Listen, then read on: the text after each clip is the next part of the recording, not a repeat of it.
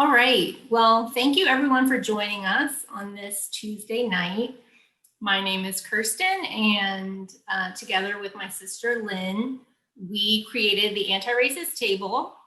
Lynn, do you want to go to the next slide? And the Anti-Racist Table is a platform that is intended to help people bring anti-racism into life as a daily practice. And we do that. Lynn, do you want to go to the next slide? Oh, it's on the second one. It's on the main one. Thank you. And we do that primarily through our flagship 30-day challenge, which is free. So we encourage you to check it out, tell a friend about it. Really at the heart of it, we're trying to help people understand anti-Blackness, what it is, where it comes from, what its lasting legacy is today. And we really see that as being part of the root of the systemic issues that we have in America. And through our challenge, we use empathy and meditation and mindfulness and nonviolent communication and all kinds of tools to help people do this hard work in a safe space and come out on the other side where we can all be agents for change. So with that, I'm going to turn it over to Lynn, who's going to do a land acknowledgement. Yes. So as we work to repair the relationships with the Indigenous communities and with the land that we occupy, we feel that doing a land acknowledgement is a wonderful first step towards this intention.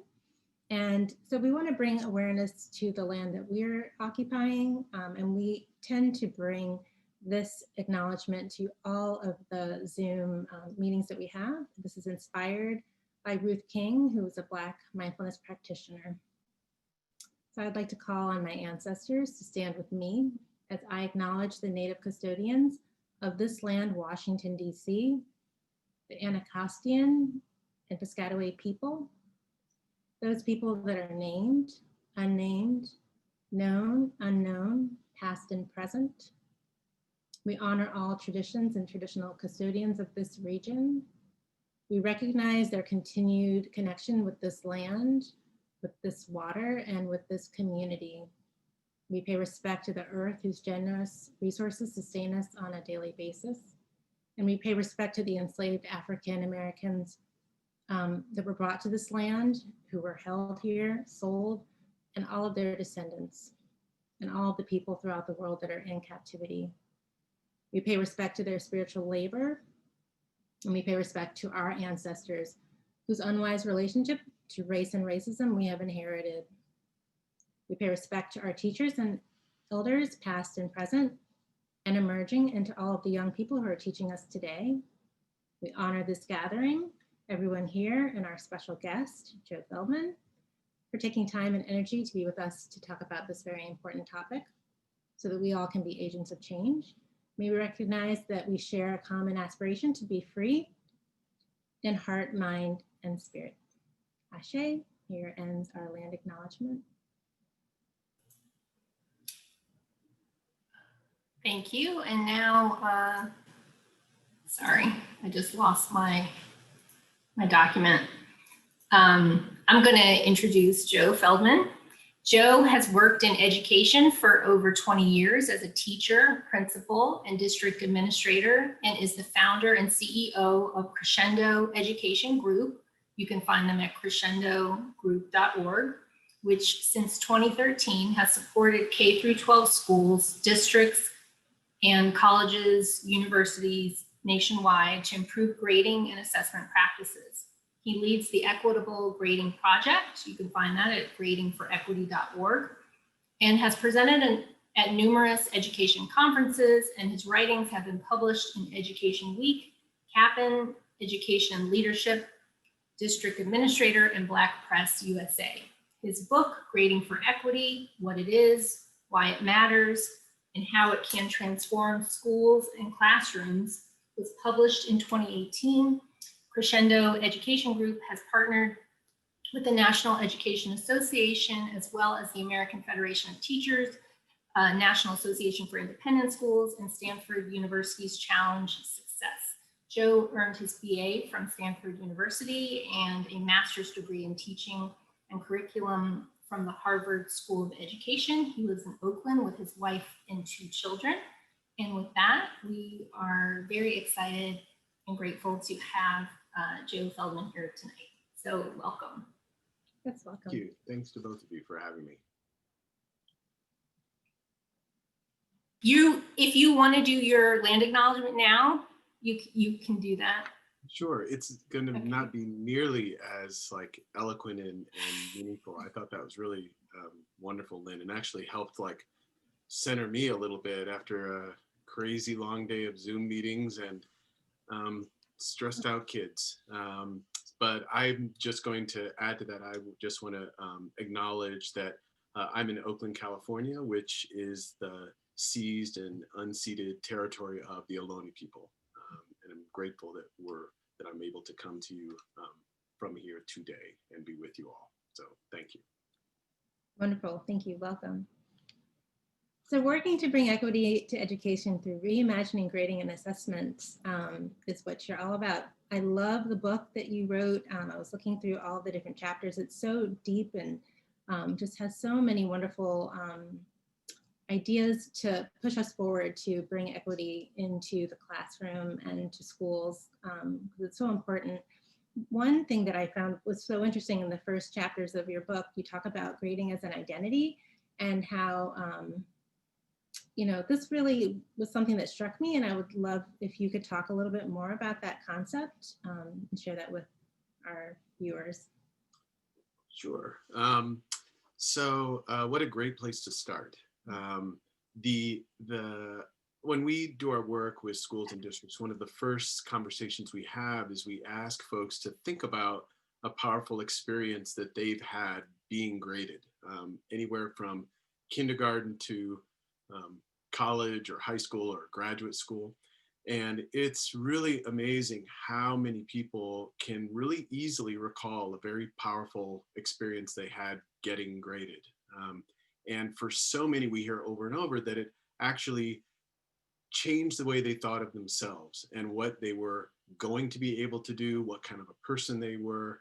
And that is, the more we heard about, the less it becomes a surprise when we understand that adolescents and even pre-adolescents, one of their big jobs is identity construction. You know, who am I? And there's really no more formalized way that children and adolescents are told who they are by the grades that they get from the people in their lives who have the most power and authority and oftentimes respect. And so students, when we work in schools and districts and we talk with students and interview them about their experiences, they don't say, you know, I've been getting low grades in math or I've been struggling in English. They actually say, I'm a D student in math. They describe themselves by the grades that they get. And I think as we work with teachers to help them really understand the power that grades have, help a little bit to build some empathy and a deeper understanding and a stronger commitment by educators to want to critically examine, why do we have this grading system that we have now of all possible universes of grading systems, and what is the impact that it has? So I think what we enjoy is that we're able to help bring teachers to this conversation in a way that motivates them, because they really want to feel, they don't want their students to walk away with negative experiences like maybe they've felt. Wow, yeah, that's really powerful. And I noticed in your book in that same chapter, you talk about shame, blame, and guilt coming up in that context. And I thought it was really, you know, just how those feelings are something that come up in the context of this anti-racism work. And I just feel like, you know, the more people can learn to sit with those feelings and embrace them, we're gonna, you know, then they can dive into this work and face these challenges. Yeah, absolutely. I mean, what we find is so necessary is to normalize that guilt and to help people understand that the racist structures that they've been examining in their schools, or maybe in their instruction, or in thinking about the history of schools, is also embedded in the way that they grade. And I think a lot of teachers and a lot of educators kind of assume that grading is just this like final little piece at the end of the symphony of teaching and learning. It's like the last note, where you're just kind of adding up points and putting them in the grade book and calling balls and strikes, and there you go. But grading is actually much more complex than that, and has to do with so many decisions that are interwoven into every instructional decision that a teacher makes. You know, if I'm going to do something in my class, I have to decide, am I going to grade it or not? And if I do, with what implications? And what do I do if it comes in late? Or what if it doesn't happen the way I want? And all kinds of things. And so really getting teachers to confront that this way that they graded, that they thought was really this innocuous part of their work, actually is, without them realizing it, perpetuating racist outcomes and racist messages, and really contributing to the achievement and opportunity disparities, even though they went into schools to fight back against all of this. They then realize that, oh my gosh, without me even knowing it, I am perpetuating these disparities and undermining my equity work, because I'm continuing to use these historically inherited grading practices. So like you said, I mean, it's helping teachers sort of wrestle and confront that guilt, and just let them know, like, well, you know more than you did yesterday, and that's great. And now what are you going to do now that you know more than you did yesterday? Exactly. Like Maya Angelou said, when you know better, you do better. And that really does just dovetail into this next question about the history. You know, we really like to understand, why do we have these systems that are in place right now? So if you can help us understand, you know, how it is this idea of grading as a way to assess students' achievement came to be, and how it evolved over time. Yeah, I mean, it's a long discussion. I'll try and give you like the highlights here. So our grading system is about a century old, a little over. It really started in the Industrial Revolution, when we were concerned with a couple big priorities. One was that we had these factories. Because of the inventions we had, we could mass produce things. And so we had all these people coming into our cities, and we had to figure out how we were going to educate the children. And we were really concerned with being able to have a competitive workforce, so that they could function effectively in the factories, right? That was kind of a big pressure on schools. And at the same time, we started having compulsory education. So now we were going to get all the kids into the schools, except ones that we were legally prohibiting from coming in, like Black children in many areas. And many parents didn't want their kids to even be in schools, but setting aside those things for right now. So we were trying to figure out how to make these students most ready to go into factory work. And one of the challenges was, we had to figure out who was going to be a boss or go to college, and who are going to be the kind of on the line workforce people. And we sort of, one of the big scientific advancements at the time was that, oh, there's intelligence that occurs in people, and it occurs along a curve. And if we want to know who's who, we just have to test them. We can come up with a good test, and then we'll know where people are on that curve. And we applied that first to the military, because we were trying to get the right, people into officer sort of tracks, and sort of enlisted folks on a different track. And we replicated that into schools. We had to figure out, how were we going to figure out who were going to be the bosses and who were going to be workers. So we had to test them, and we wanted to find a way to easily categorize them. So we, when we had the one-room schoolhouses, teachers would give narrative reports about students, and they'd kind of give these ongoing conversations and lots of descriptions. And we couldn't do that in the factories because it was inefficient. So we came up with letters, because letters would enable us to easily communicate to each other or to other aspects of the system where a kid fit in all of those things. And so just like grades of meat, A, B, C, we did the same thing for students. And so that big idea that schools should sort, and that letters should be efficient ways to sort, was this big idea that got sort of woven into the way that we grade, and is still there now. And the other big idea that I want to just reference is behaviorism. So this is Watson and Skinner and the idea that you have the rat and you want to make the rat press the lever. So you give it food when it does, or you electrify the floor until it does, right? That's positive and negative reinforcements. And it was thought that, hey, if we want to change behavior, whether it be animals or people, we want to do it through extrinsic motivation. We want to offer things or take things away or make things painful. And so that idea was embedded into the way that we grade, and that persevered. So we've got these ideas around schools should sort and kids have fixed intelligence, and the best way to motivate is through extrinsic rewards and extrinsic punishments. And in ways that we can talk about, those things are baked into our grading system, even though we've changed tons of things in our schools, and we know that intrinsic motivation is actually a way to motivate people. Extrinsic is really a poor way to motivate people. We know that schools shouldn't sort, that we want students to make the decisions for themselves about what they want to be in their lives. And so because we've got those things in our system, the way that we grade actually perpetuates those ideas, even though they run contrary to what we know about teaching and learning and kids.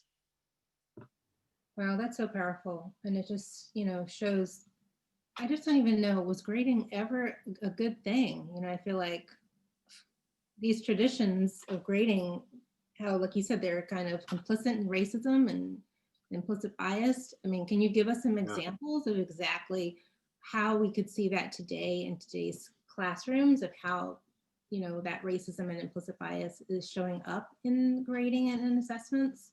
Yeah, so there's a bunch. So let me start by framing as, I'm not saying that there shouldn't be grading.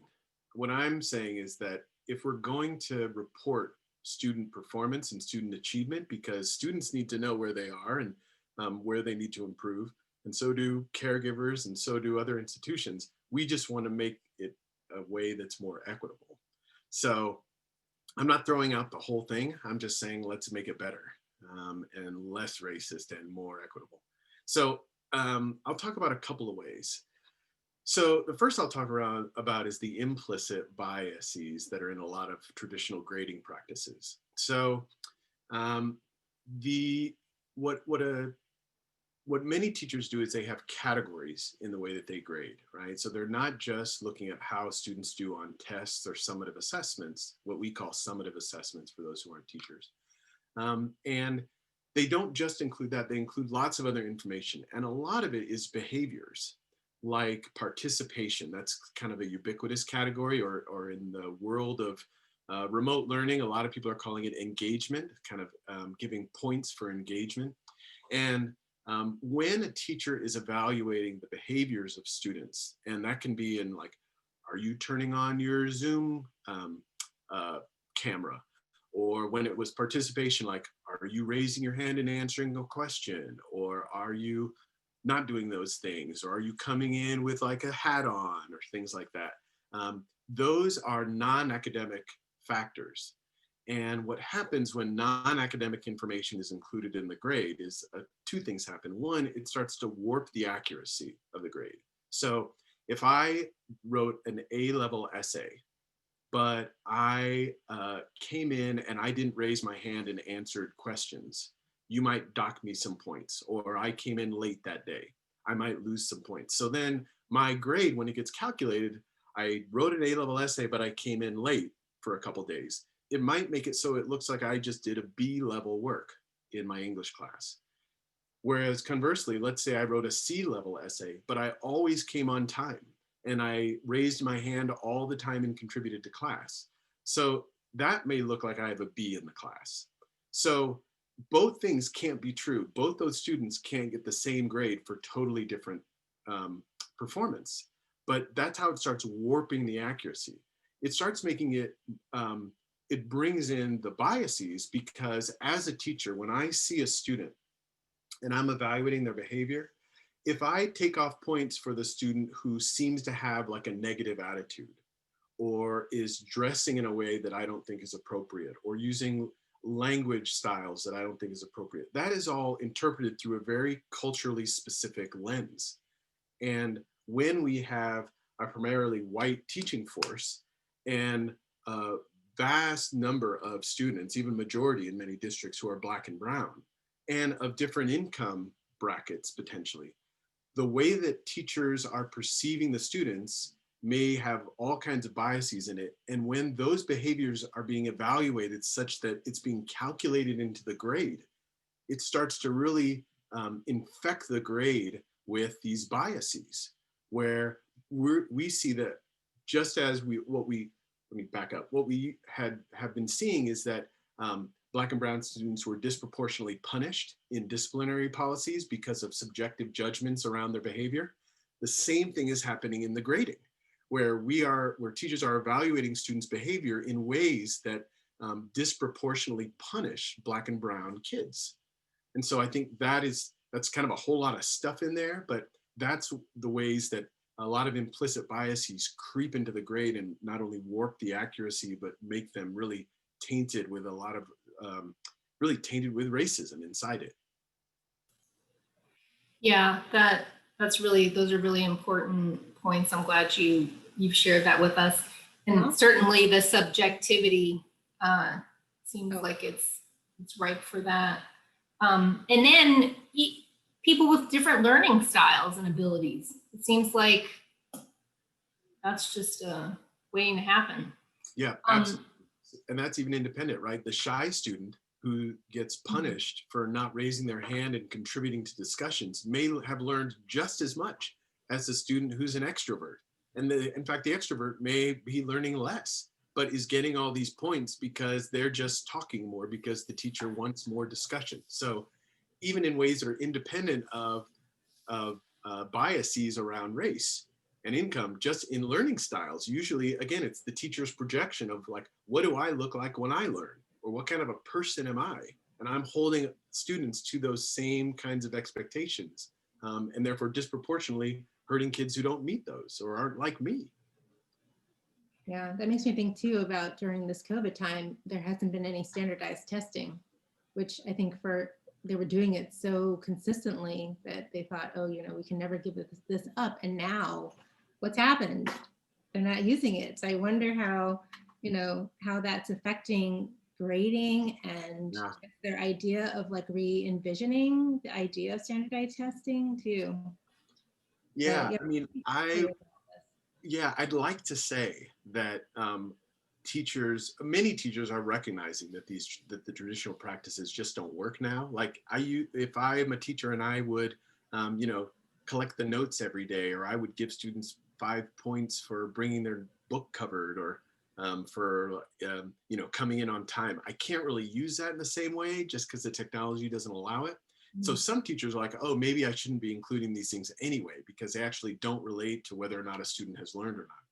But other teachers are actually repackaging participation in a different, just with a different name around engagement. So they're taking off points if a student doesn't share their screen, or doesn't turn on their camera, or doesn't respond in the chat, or doesn't come on time to the Zoom. And what's so disappointing about that is that they've just transferred the biases that they were using in participation and applied them in this new context where, some students don't feel comfortable sharing their screen because they don't want to share what's going on in their house, or they only have a limited number of computers or a limited bandwidth and aren't able to get in every class, or they're not able to participate as meaningfully in the chat because they're also caring for their little, younger brother or sister. And what we don't want is students to be penalized for behaviors that have nothing to do with whether or not they have academic success.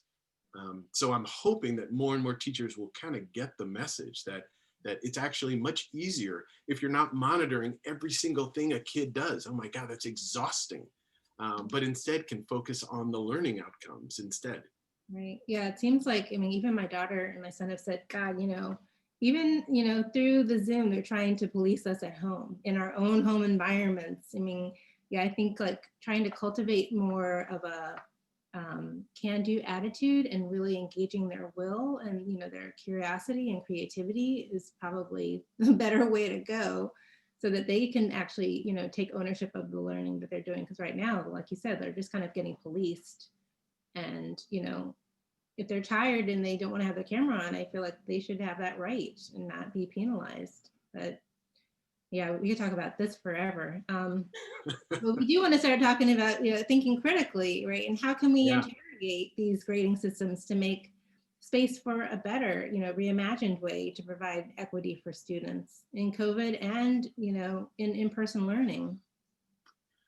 Yeah, I mean, I think teachers, what's unfortunate is that teachers, as I said, have never had the training. They've never had classes in grading. They've never had access to this information. So most teachers really are making it up on their own about how to grade. Maybe when they're joining a school, the department chair will say, here we, give 30% for homework or tests or something like that. But aside from that, teachers are getting a software program, and they're just said, best of luck. And I think we have an obligation as educators to find ways to better understand these historical practices and find what the research shows are better ones. And so, schools do a number of different things. They set up book studies, or they start to engage in sort of these conversations where they'll all look at their grade books next to each other and look at like, well, wow, you're doing it in a very different way than I am. And why is that? And what are we seeing? The work we do with schools is really helping facilitate those conversations among teachers where they can learn about the history and see the impact, and then actually start trying the new practices and seeing the results and recognizing that, oh my gosh, like the things that I thought were the right way to do it, even though I wasn't basing it on anything except that's how I was graded, actually weren't very good. And this way is so much better. One of the really interesting things that I found is that even some of the traditional ideas like using a 0 to 100 scale, and that you get, if you get 10 out of 20, it's 50%, and 15 out of 20 is 75%. I think I did that right. Just those ideas, there's actually the 0 to 100 scale itself is disproportionately oriented toward failure, because you've got 2/3 of the scale from 0 to 60 or 0 to 70 is about failure, and 70 to 100 is about success. So we're using a scale where 2/3 is to distinguish levels of failure. And teachers don't realize that by using a 0 to 100 scale, it actually pulls all the grades down in this weird like gravitational pull. And the 0 is like this atomic 0. And teachers don't even think like, oh, there are other ways I could do this. Like I actually don't have to use a 0 to 100 scale because of the mathematical weaknesses of using the scale. So what really inspires me is that when teachers are given the opportunity to critically examine and see what this has been doing, they see how it doesn't connect with like their anti-racist work and why they went into teaching. Thank you. Yes. So with that, this goes nicely into, can you share your vision of what equitable grading and assessments would look like? In a perfect world. Yes. You are creating now, right? So, well, I mean, though, I'm going to use the framework that I talk about in my work, which is that grading would have 3 elements. It would accurately reflect the student's academic performance. It would be bias resistant, so it would counteract institutional biases, which we haven't really talked about, but counteract institutional biases and prevent implicit biases from infecting the grade. And it would be motivational, so it would motivate students intrinsically and not extrinsically, and build a sense of self-regulation by students and a sense of efficacy. And so I mean, this may seem like this aspirational vision, but actually a number of districts have begun using practices that fit with all those. And they're finding that students are more engaged. They're not just talking about accumulating points. Like they're not saying, I'm like 2 points away from an A. They're not like monitoring their grades like it's on the stock market. Teachers are having better relationships with students. Students who have historically underperformed are actually performing much better. And it's actually reducing grade inflation. So the students who have been getting all the points for like bringing in the Kleenex box and answering the questions and doing all the stuff aren't getting rewarded for those things anymore. And so grade inflation is decreasing and grade deflation is decreasing at the same time. And teachers just talk about how this has just totally transformed their practice. It's not just I'm now using a different scale or I'm just changing this thing. It's actually changed the way I think about my work as teachers. And that's what's so exciting to me around this vision. What else you got?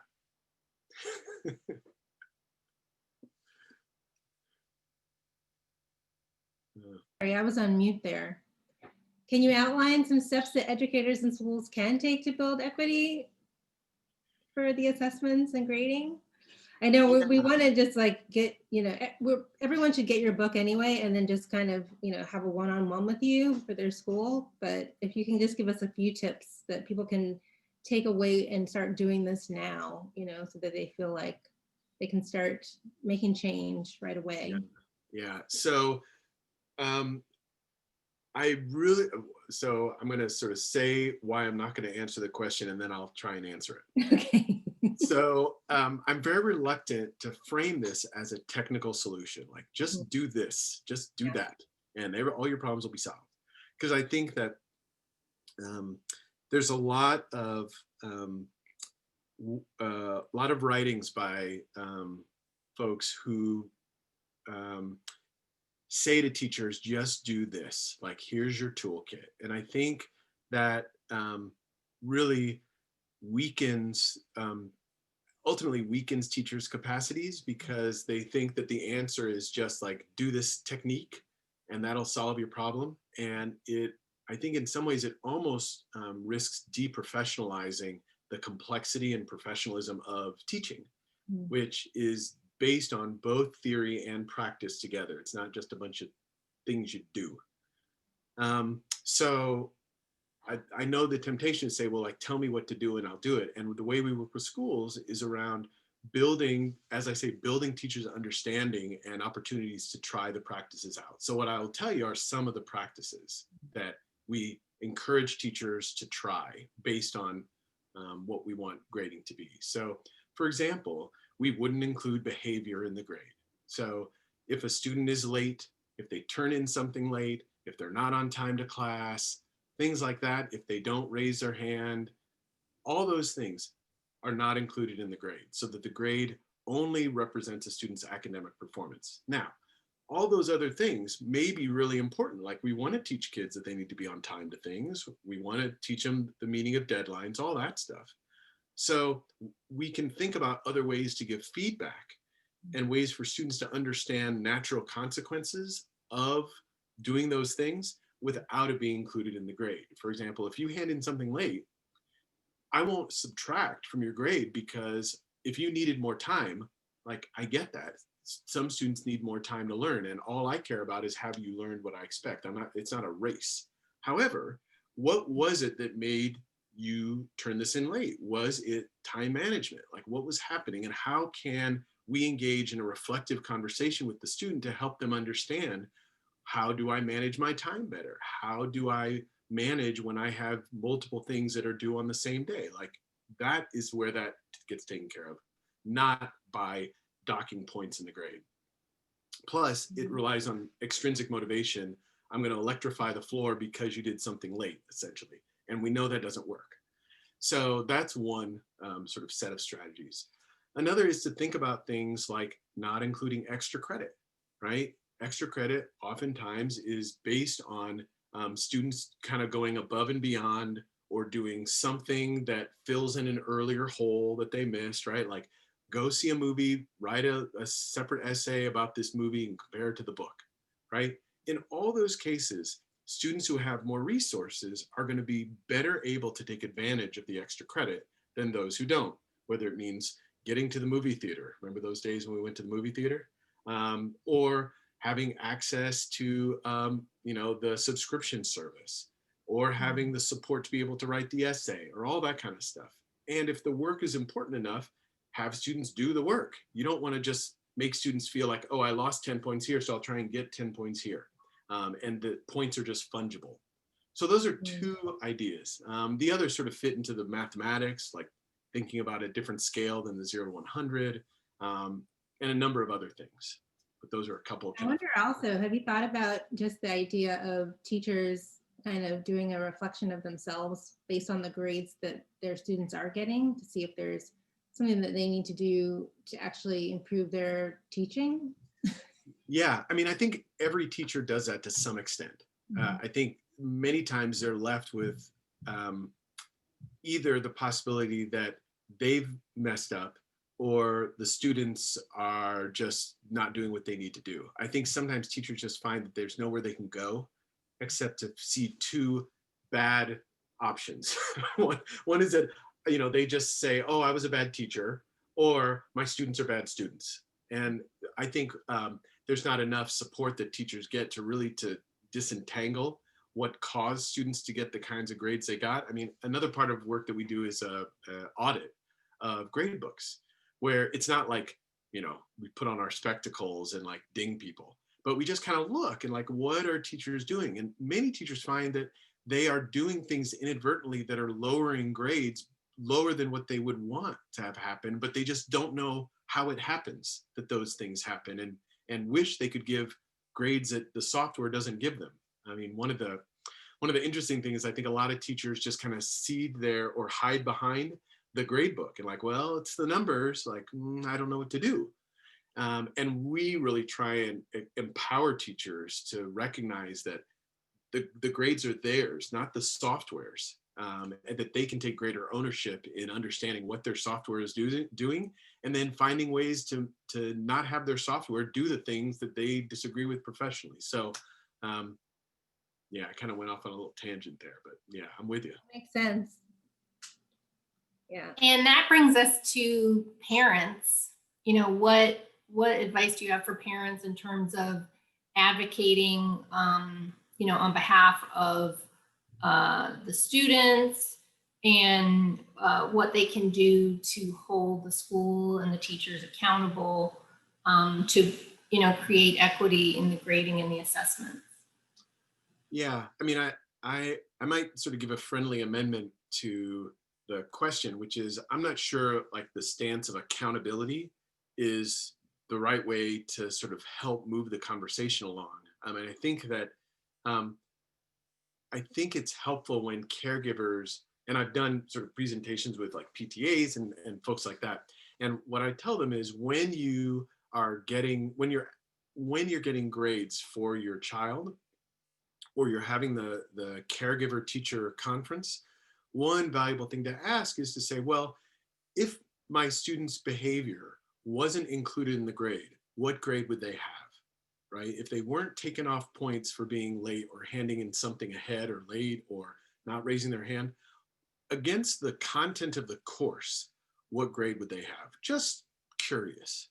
And I think even that question can kind of open up this rich discussion with the teacher, and even sort of a reflective one for them about, well, like, why would the grade that I give for their content understanding be so different than the grade I'm now communicating to the caregiver? In a more strategic way, I've had it where parents will offer to buy copies of the book for the principal and say, like, this is something that we believe deeply you should be looking at. Or asking the principal when they come up in their school-wide plan. So in public schools, oftentimes the parent body has a seat at the table when the school is constructing its strategic planning or its planned proposal to the state or district. And we've had it where parents will advocate that grading be explicitly addressed as a school priority for the next school year or for the strategic plan of the next 3 to 5 years. And I think helping principals put that stake in the ground can really sort of put people on notice that the parents know something's going on, and they're very interested in having the school take a more critical look at this because there's potential problems there. And so I think those three options are good ones. Yeah, and right now it seems like it's a perfect time where, you know, like we talked about at the beginning with COVID and all these changes are happening, that now's the time to really be building things the way we want them to be. Yeah, I mean, and our traditional grading system has always been inequitable and disproportionately harmed kids of color and low-income kids, or kids from low-income families, and students whose first language isn't English and who have special needs. And now this has shown this spotlight on how fundamentally flawed our grading system is, because now we have so many more kids affected who have fewer resources and weaker support nets. And so it's with sort of this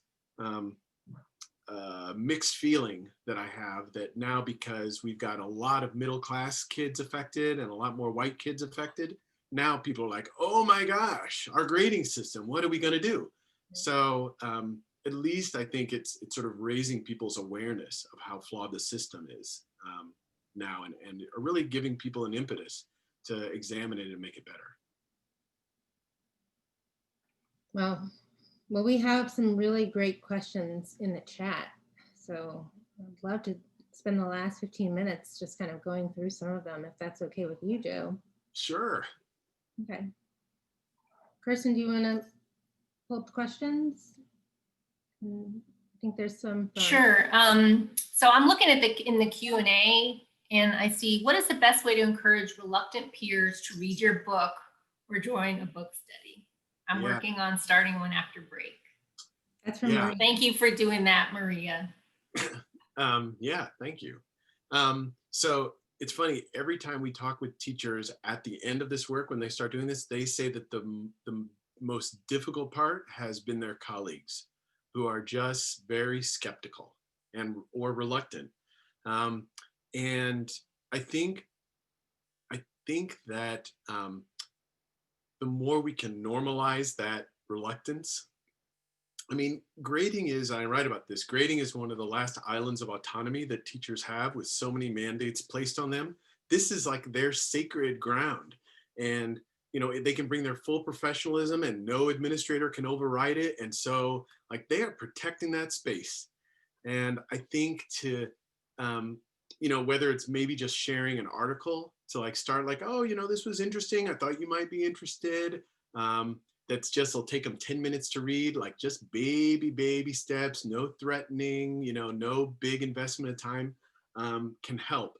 I think also teachers sharing stories of their own experiences, and to begin the story by saying, I used to think that blah, blah, blah, blah, blah, blah, blah, and now I think blah, blah, blah, because this, right? And teachers will say, like, I used to think that if I didn't include homework in the grade, kids wouldn't do it. And for reasons that we haven't talked about, we feel like we shouldn't include homework performance in the grade, even though homework's important. And teachers say, like, I thought students wouldn't do homework if I didn't include it in the grade. And it turns out that they do. And some do more when it's not included in the grade. I was shocked. And that can help teachers feel like, oh, wow, I think the way you used to think. And so maybe I'll be open to it. And the final thing I'd say is, interview students, like get their voices about what they're experiencing in grading, because sometimes even the most resistant teacher can be moved by a student voice. Wonderful. Let's see. Can you talk more about how to set up grade books? What elements should be considered? For example, 70% assessment and 30% practice. Yeah.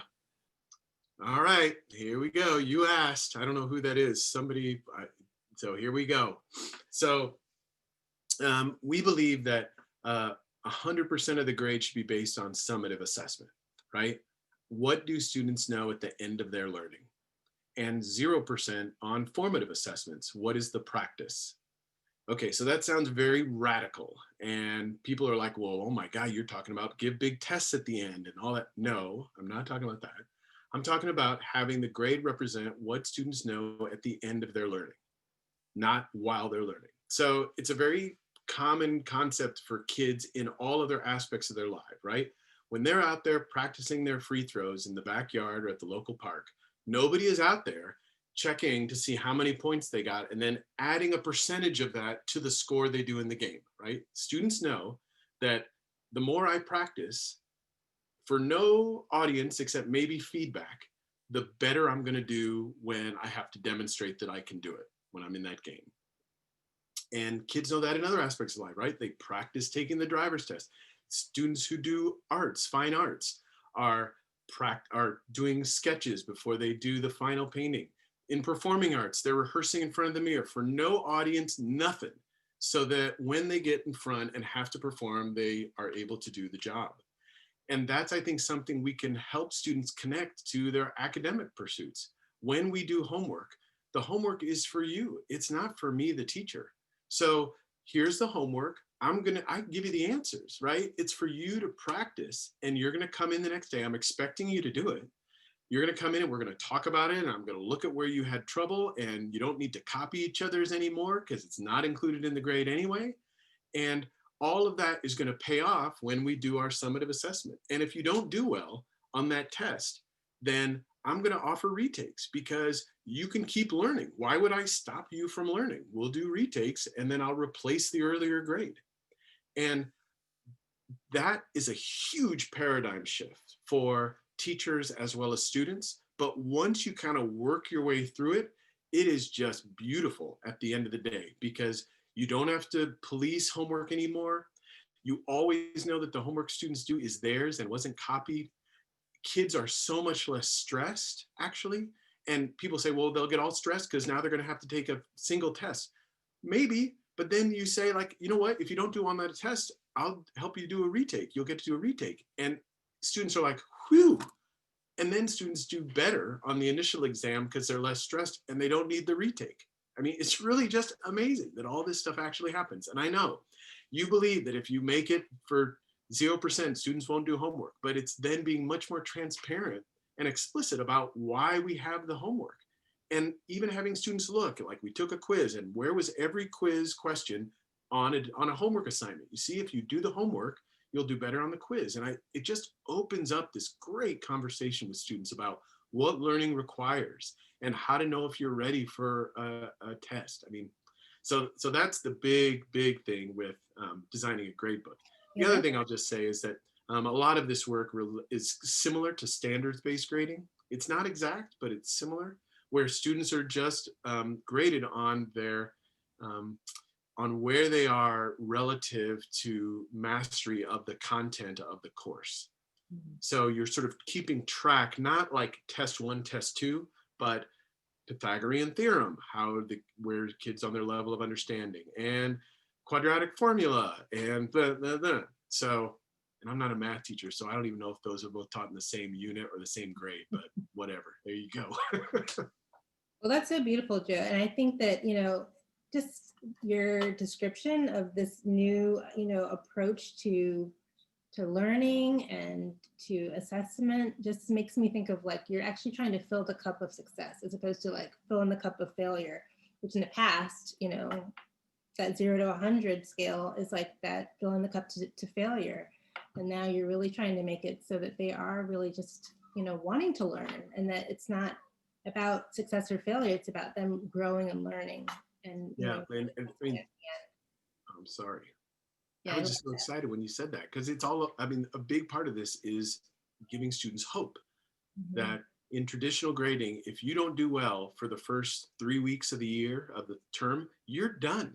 Like, and students know it, right? I got a 13%.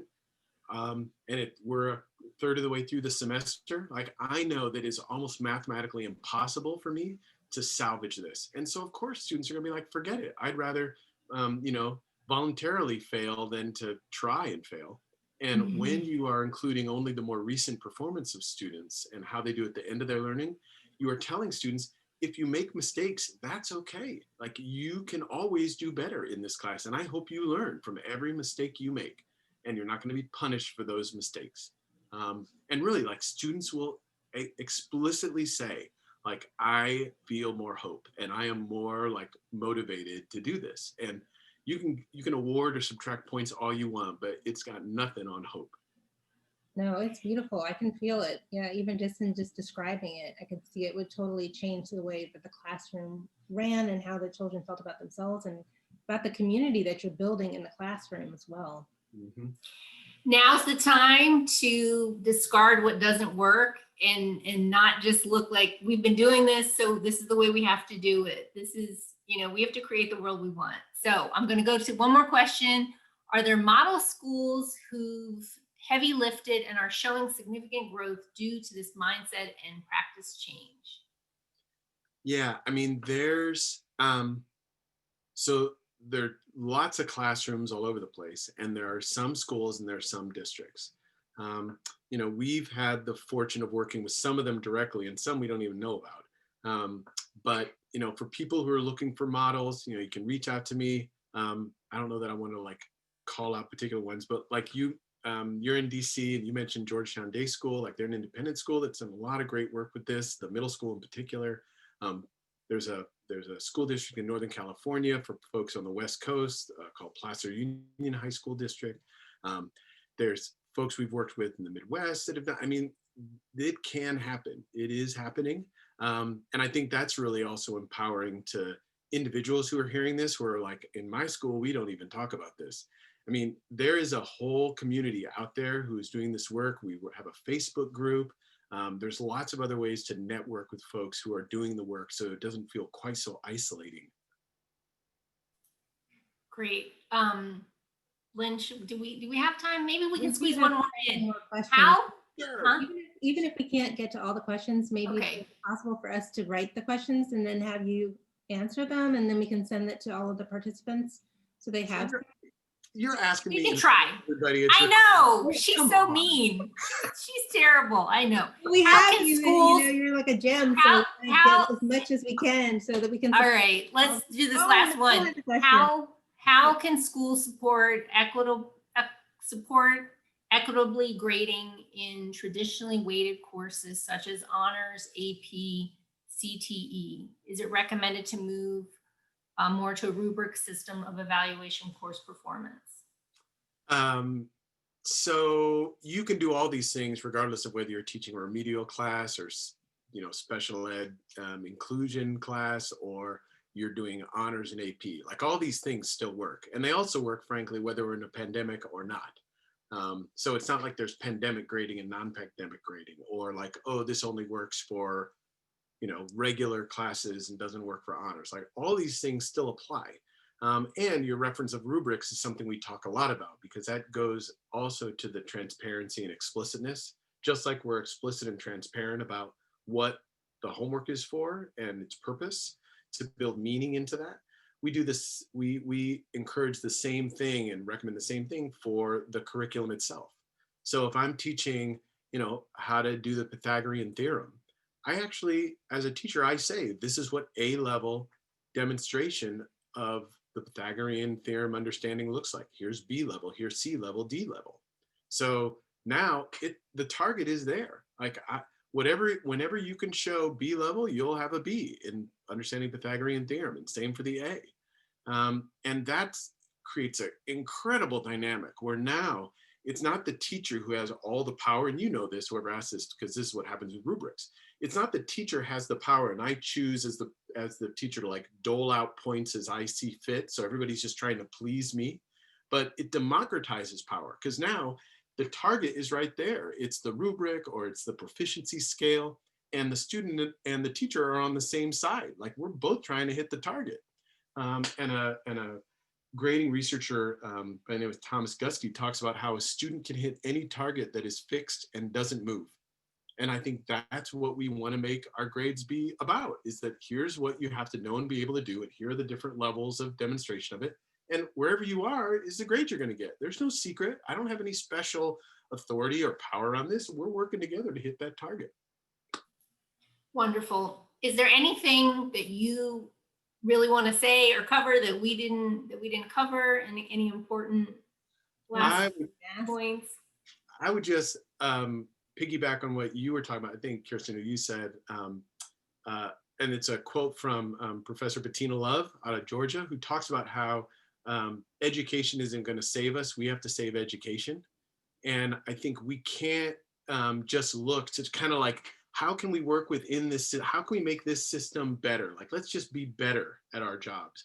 No, we actually have to save education. We have to understand the inherited racist structures and systems within it.